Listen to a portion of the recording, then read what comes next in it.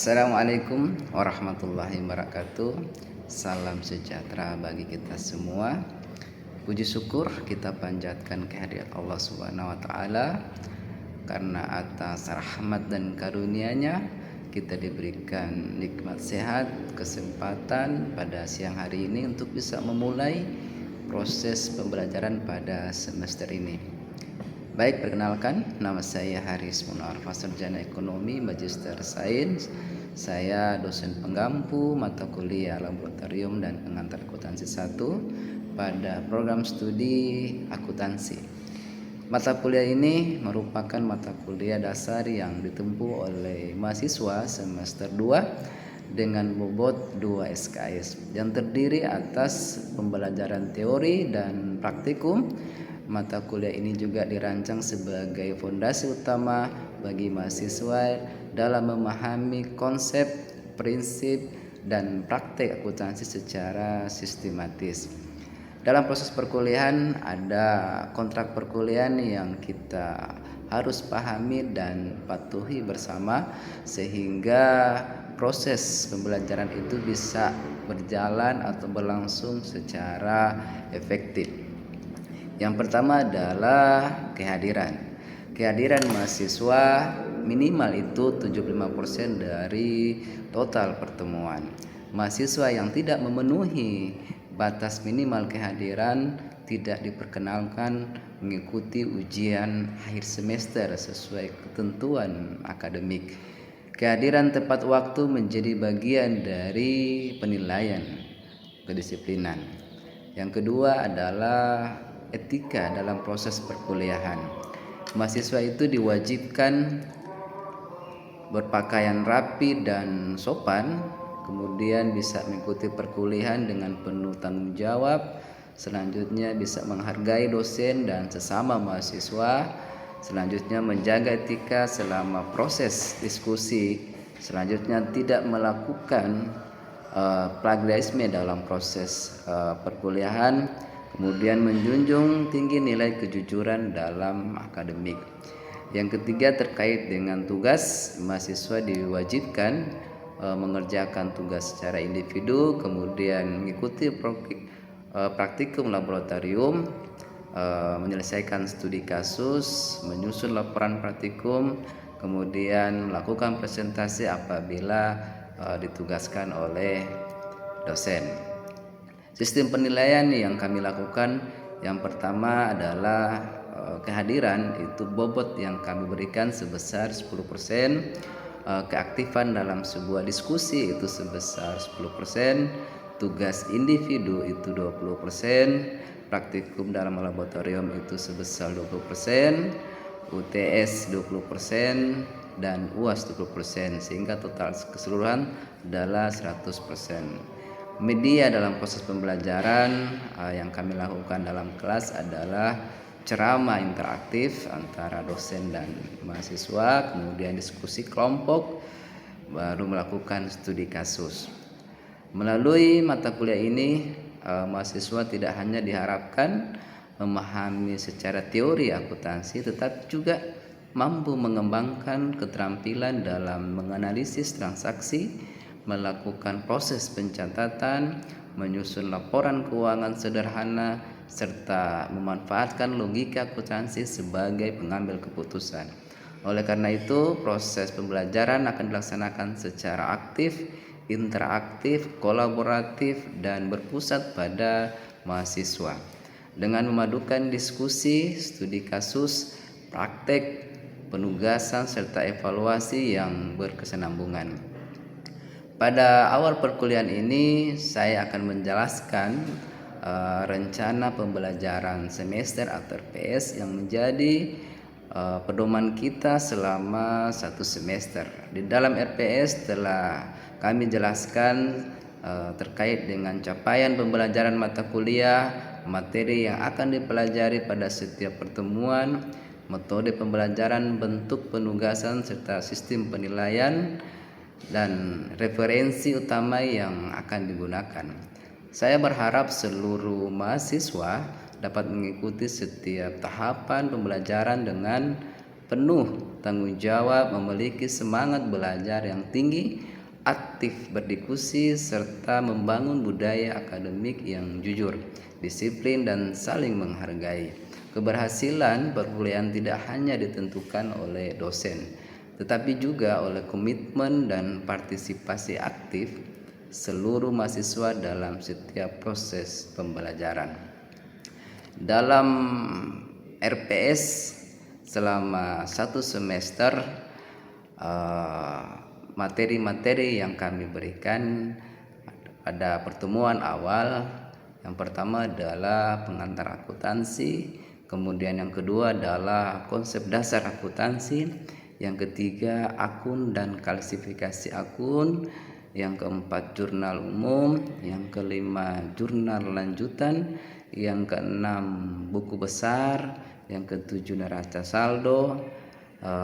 Pada saat pertemuan ke-8 kita melakukan UTS, kemudian ada pertemuan ke-9 kita lanjut dengan jurnal penyesuaian, pertemuan ke-10 neraca saldo setelah penyesuaian, pertemuan ke-11 laporan keuangan, pertemuan ke-12 jurnal penutup, pertemuan ke-13 neraca saldo setelah penutupan, pertemuan ke-14 siklus akuntansi lengkap, pertemuan ke-16 review dan presentasi tugas. Yang ke-16 kita melakukan ujian akhir semester atau dikenal dengan UAS. Akhir kata, semoga mata kuliah laboratorium dan pengantar akuntansi 1 dapat memberikan bekal pengetahuan, keterampilan, dan sikap profesional yang menjadi dasar bagi saudara dalam mempelajari mata kuliah akuntansi pada jenjang berikutnya, sekaligus menjadi modal dalam menghadapi tantangan dunia kerja dan profesi di masa yang akan datang.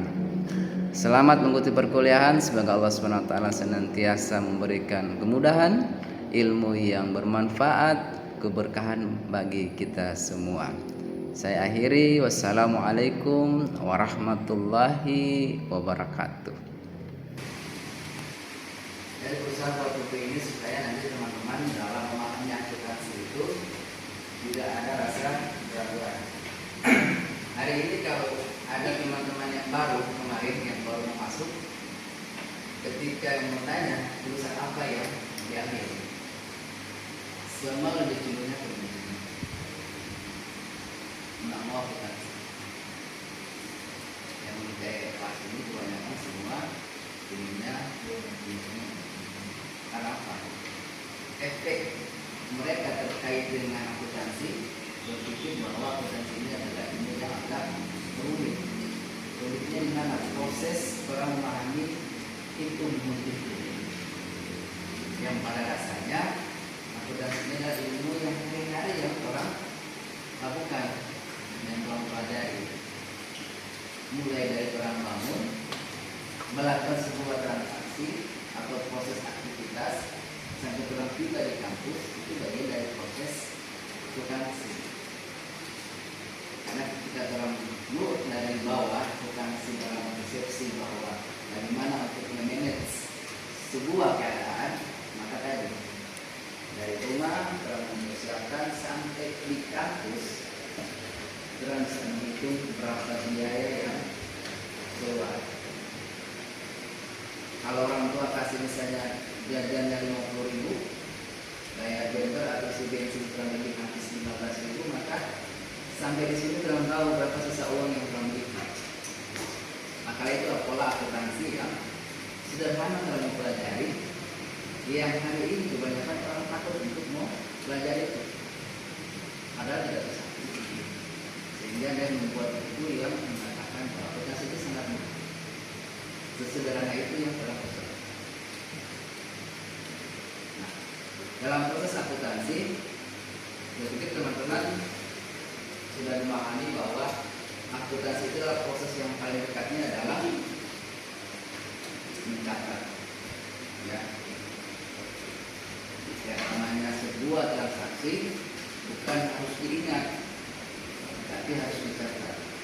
Kalau kita mengingat sebuah catatan dan sebuah transaksi yang terjadi, pasti akan kita lupa berapa nominal yang akan keluar. Nanti kalau kita melakukan sebuah proses pencatatan, maka akan kita pahami uang yang keluar per hari. Maka ini yang menjadi tujuan sebuah akuntansi untuk melihat kondisi real sejauh mana pengeluaran-pengeluaran yang kita lakukan. Nah, dan kemarin coba untuk mengajak orang memahami pilihan-pilihan, mau nggak akuntansi tidak serumit yang dipikirkan. Kalau kita bicara manajemennya, malahan kita akan berhubungan dengan proses menghitung X tambah Y dan sebagainya. Di SMA kan pernah keluar itu kan, X, Y segala macam. Nah, di akuntansi tidak seperti itu. Cukup terang tahu bagaimana terang harus mencatat sebuah transaksi. Ketika terang mencatat sebuah transaksi, berarti terang masuk dalam proses bagaimana supaya transaksi ini terang boleh tahu detail-detailnya bagaimana. Ya. Artinya ada, kalaupun proses pembelian apa yang terlakukan, maka tempatnya ada. Kemudian proses apa yang terlakukan ke orang dalam pengambilan barang, tempatnya juga ada. Sehingga dalam proses sebentar memahami secara keseluruhan pengeluaran yang ada, orang tahu di mana dana yang paling besar itu yang dikeluarkan. Ya. Letak dana yang sebenarnya perlu untuk efisiensinya itu di mana? Contoh misalnya orang dalam melakukan atau melakukan penjualan dalam bentuk UMKM, ada yang punya usaha kantin ini, kantin ada, rumah makan, kantin apa? Kantin mie. Oke. Dalam kantin ini berarti ada berapa hal yang harus belanjakan, toh? Fixinnya berapa, garangnya, mie-nya, kompor gas, apa? Tabung gas, ya. Kalau kompor gas otomatis ada kan? Gasnya. Nah, dalam proses awal kecil sederhana itu, termasuk UMKM kecil, orang bisa mencatat perlahan. Orang mau beli telur berapa, tahu berapa, mie dalam per hari itu berapa telur yang harus orang habiskan, ricanya berapa banyak, ya. Nah, dalam satu hari orang bisa melihat sebenarnya dari telur dengan tahu mana yang lebih lancar. Kalau dua-dua, orang bisa melihat berapa per hari yang keluar dari pembelanjaan tahu dan telur. Hari ini orang belanja telurnya 10, tahunya kurang lebih ada 20, habis di hari yang sama, tapi pasti budgetnya berbeda. Telur mungkin jam 3.000, 30.000, misalnya kalau 10 biji, kita jual 5.000, berarti ada profitnya 2.000. Nah, kalau 2.000 ini kemudian kita kalikan sekali, berarti profitnya ada 200.000. Ya, sebulan. Kalau per harinya 20.000. Ya, begitu pula tahu. Ya. Maka kita bisa melihat hari ini kita keluarkan sekian, profitnya sekian yang telah dapat. Tapi keuntungannya bisa kita putar lagi untuk menambah modal. Karena kalau dari 30.000 yang awal yang orang keluarkan, kemudian ditambah 20.000 jadi 50.000, 50.000 kita putar di hari berikutnya, pasti dia akan berubah lagi. Mungkin yang tadinya 10 biji akan dapat 15 biji atau 20 biji.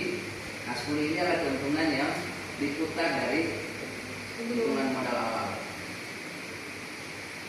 Nah, kalau itu dicatat, maka orang akan pahami kira-kira di mana pembelajaran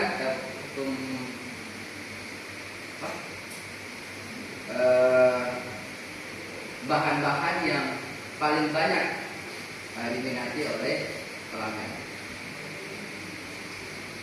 Kalau seharinya habis 10, kita tambah 20, berikutnya juga lebih dari itu, maka setiap harinya pasti akan bertambah terus kebutuhannya. Nah, cara mengontrolnya di mana tadi? Proses pencatatan. Ini yang tadinya keluar cuma 1 kilo per hari, dengan tambahan menu yang lain, tadi yang perlu kita tambahkan, maka akan naik lagi jadi 2 kilo per hari.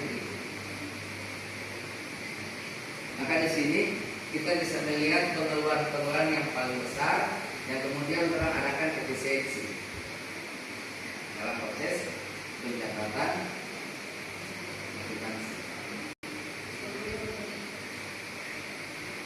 Nah, kira-kira dari proses awal tadi ada yang ingin bertanya, teman-teman? Silakan. Ini proses untuk pencatatan ya. Ini contoh yang nanti kita akan tahu bahwa letak pengeluaran yang paling besar itu ada di mana. Kalau tadi menjabarkan adalah tukang kantin. Nah, ini adalah PPN juga ya, ada berasnya, ada seretika, ada subsidi, jumlah dan seterusnya. Kira-kira seperti itu. Cara perhitungannya untuk mengetahui seperti ini: jumlah pengeluarannya, sisa uang belanja, sisa kebutuhan mana yang paling besar pengeluarannya, ya.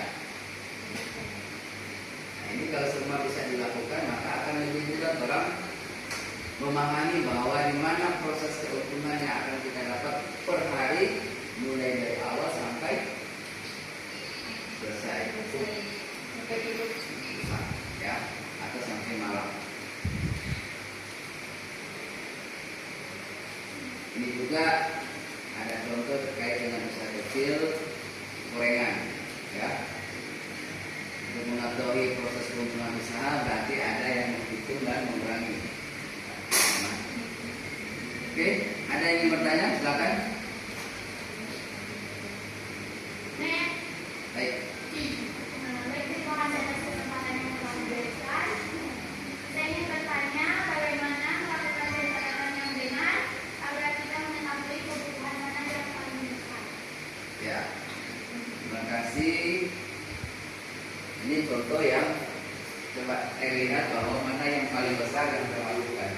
Untuk mengetahui proses pencatatan yang benar, berarti kita mulai dari melihat transaksi. Catatan transaksi yang kita mulai berarti dari proses dari mana kita dari rumah ke pasar. Ya. Itu harus dihitung. Kemudian apa yang kita belanjakan di pasar secara keseluruhan itu diambil, ya, ditulis. Kalau sudah ditulis, maka secara keseluruhan dari mulai kita di rumah sampai di pasar dan proses kembali, pengeluaran yang ada akan diketahui, tapi kita bikin dalam bentuk ada semacam kertas kecil, ya.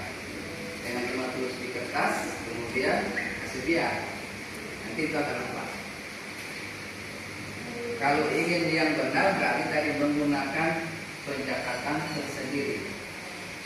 Biasanya ada buku yang kecil itu sebagai not, kan mereka seperti itu.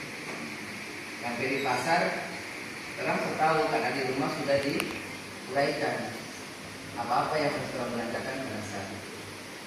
Ya. Nah, dari situ, kalaupun ini sudah catatannya sampai di rumah, kita harus pindahkan mana yang pembelian, mana yang pengeluaran. Karena prosesnya cuma dua itu akan terjadi. Ketika kita ke pasar, berarti cuma pembelian dan pengeluaran. Pembeliannya di mana? Pembeliannya ada di letak bahan-bahan. Pengeluarannya di mana? Kan sama. Ketika orang beli berarti keluar uang. Pengeluaran kan? Iya. Pengeluarannya ada di proses orang dari rumah yang dia tidak akan kembali. Contoh misalnya kita naik petrol, kan bayar, ya kan? Sudah selesai, dia tidak kembali.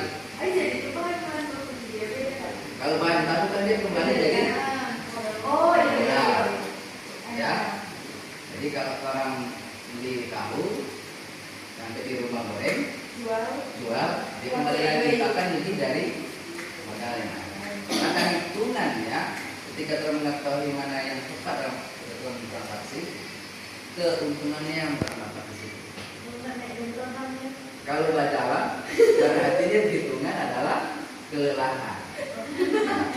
Berarti dari kurang lihat. Kalau rumah kartu dengan pasar cuma kalau rumah, tapi tetap ada yang namanya pengeluaran. Ini kalau orang menggunakan buku kecil dan orang melakukan proses pencatatan kecil, maka orang akan paham di mana orang harus menentukan harga jual per kirim. Kalau kami ini, ya. Jangan cuman atau taruh 10.000 sepaket telur, paket tahu. Ya, tambah kiri satu ekor dia tahu, nah selesai. Atau telah menghitung keuntungan di situ agak tipis. Di mana karena setiap kebutuhan yang ada itu akan menghadirkan profit tersendiri. Jangan terlalu berpikir bahwa profit itu cuma ada di satu menu saja atau satu bahan saja. Wah, hanya ada di ini keuntungan. Ya seperti itu. Tapi bagaimana cara membangun usaha? Setiap bahan yang ada itu bisa memberikan profit ke orang. Ya. Ada feedbacknya teman-teman. Termasuk menutupi pengeluaran yang tidak kembali lagi, langsung habis dipakai. Itu yang kemarin kalau terakhir materi yang saya kasih itu adalah proses arus gas. Ya, ada yang tunai dan ada yang non tunai. Oke, kira-kira seperti itu yang menjadi catatan yang paling penting dalam kesimpulan. Oke, ada lagi? Silakan. Yang ingin bertanya silakan.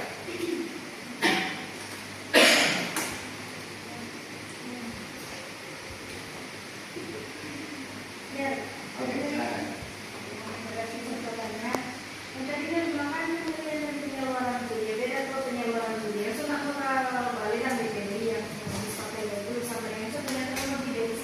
Berarti kan orang yang sama DP Becak itu kan aku bayar kan, orang kalau beli masa kamu suruh bayar DP Becak, DP saus. Nah itu dia berarti masalah di pengeluaran kan sama DP itu, sama debitor. Kalau pemahaman pengeluaran yang tidak kembali, kayak di bensin, kalau bawa motor sendiri, ke pasar, itu harus dipakai bukan cuma digunakan dalam proses pembelanjaan, pasti digunakan di proses kegiatan yang lain-lain. Tapi kalau kecap, rica, itu modal yang digunakan di menu yang orang siapkan. Betul, tidak diminta bayar, karena telah menghitung satu porsi. Ya, minyak 15.000 atau paling kecil 10.000. Tapi kalau mengukur dalam 1 kilo dia bisa jadi berapa piring, berapa porsi. Modal mie kasih sekitar 20.000 1 kilo. Satu porsinya 10.000. 1 kilo ini dia akan jadi 10 porsi. Berarti dia jadi 100.000. Ya kan? Keuntungannya berarti ada kelipatan berapa kali? Dari modal 1 kilo 20.000. Ya. Maka yang menutupi rica, kecap ada di situ. Plus tambahannya adalah telur ini tak masuk di 10.000 satu porsi ini. Dia beda pengeluarannya. Ya, faktornya adalah orang beli telur satu berarti yang tadinya 10.000 jadi 13.000. Tambah telur satu. Tambah tahu 2 yang 1.001 jadi 15.000. Ya. Nah 15.000 ini kalau dikali 10 porsi dia dapat berapa? 10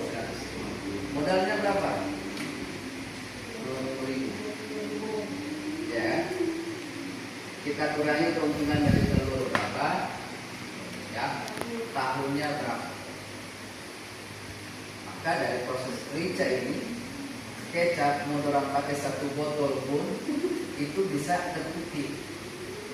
Adalah 1 botol 5.000. Oh, itu orang makan bukan cuma 1 orang, tapi 1 kecap ini bisa dimakan oleh lebih dari 1 orang. Begitu pula kalau saset ini bisa lebih dari 4 orang yang mengonsumsi itu. Kalau rica supaya lebih edit dia kasih tinggi sekali.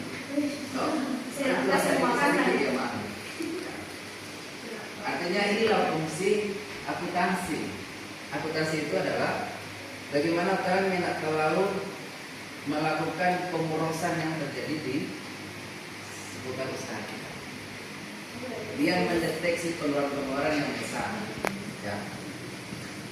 Manajemen keuangannya itu tertata dengan baik. Kalau ada yang melakukan proses akuntansi kemudian itu usaha kolaps, berarti dia tidak melakukan sistem pencatatan yang baik. Semua pengeluaran, pemasukan, hutang piutang yang ada itu dia tidak lakukan dengan baik. Ada berapa yang terlewati kayak gitu, sehingga dia agak susah untuk menentukan keuntungan dari sebuah usaha yang berjalan. Tapi kalau dia melakukan itu, maka kita akan mudah dia tahu. Menentukan perusahaan dalam sistem break even point itu ada durasi 3 bulan paling dekat, ya, paling lama adalah 6 bulan.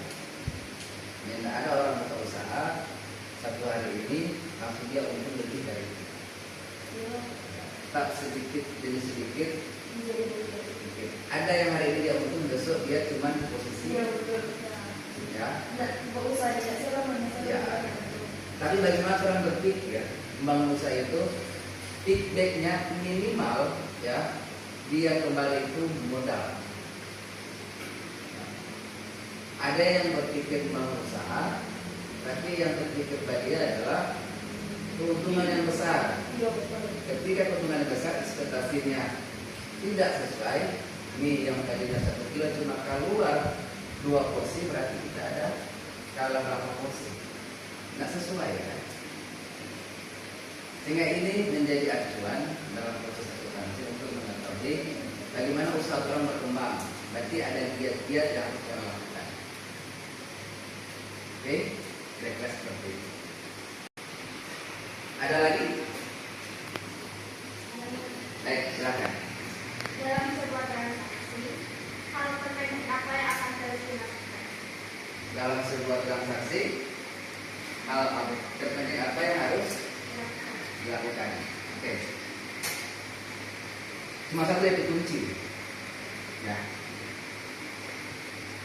Kembali lagi dalam proses mencatat. Tidak ada dalam akuntansi kita mulai dalam proses untung rugi, tapi dalam proses bagaimana sirkulasi pencatatan itu sesuai dengan pengeluaran, pembelian. Kalaupun ada utang tagihan di luar, itu harus dimasukkan. Pinjaman ke pihak-pihak tertentu harus ada. Kalau itu tidak, maka harus bisa. Nah, kadang dalam sebuah usaha, hutang itu bukan jadi prioritas utama yang kita masukkan dalam laporan keuangan. Tapi itu cuma sebagai bentuk bahwa sudah nanti ada kelebihan terbukti. Padahal keuntungan yang didapat ini ada persentase sekian persen untuk modal, sekian persen untuk menambahkan modal lagi, sekian persen untuk disimpan, dan sekian persen untuk membayar hutang. Kalau 100% berarti kita bagilah 20%. Kalau itu agak besar berarti kurang lebih 10% itu sisihkan untuk bagaimana kita bisa menutupi hutang yang ada. Tapi ingat dalam membangun usaha jangan langsung melakukan hutang yang besar. Ya, minimal orang harus tahu berapa pendapatan kita per hari dikali per minggu, kemudian dikali per bulan. Kalau itu telah dapat, maka posisi untuk mengetahui kemampuan orang untuk bisa membayar, maka kita akan dimudahkan. Ya.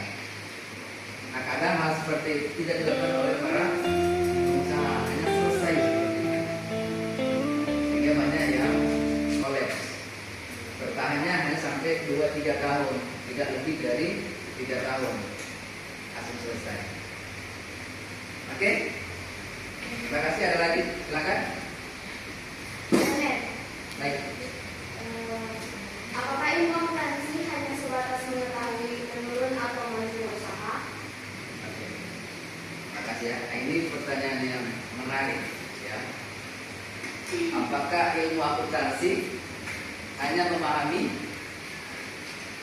tertentu atau teologi? Usahanya mundur atau usahanya maju?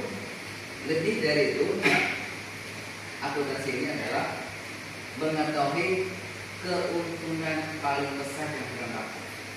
Itu yang pertama. Yang kedua adalah telah mampu menentukan harga jual dari sebuah produk yang orang belanjakan dan menjadikan sebagai produk untuk dijual kembali. Ya. Kemudian apa? Yang ketiga adalah laporan laba ruginya orang tahu untuk per bulan. Ritme per harinya itu kurang tahu. Ya. Persoalan ini usaha dia maju atau mundur itu tergantung dari perkara-perkara yang dilakukan. Tapi dia lebih fokus bahwa dia akan memberikan keuntungan yang lebih ketika ini belajarnya dengan cukup baik. Jadi tidak hanya dia mengetahui usaha ini maju, harus menggunakan ilmu akuntansi. Ya. Akuntansi ini adalah sebagai sumber keputusan. Tapi dalam bahasa lain dia adalah bahasa bisnis. Ya. Setiap keputusan yang telah ambil itu sesuai dengan kata-kata yang telah berulang dalam proses akuntansi. Oke, baik, terima kasih. Selesai ya? Belum juga kira-kira. Hah? Ayo, boleh silakan.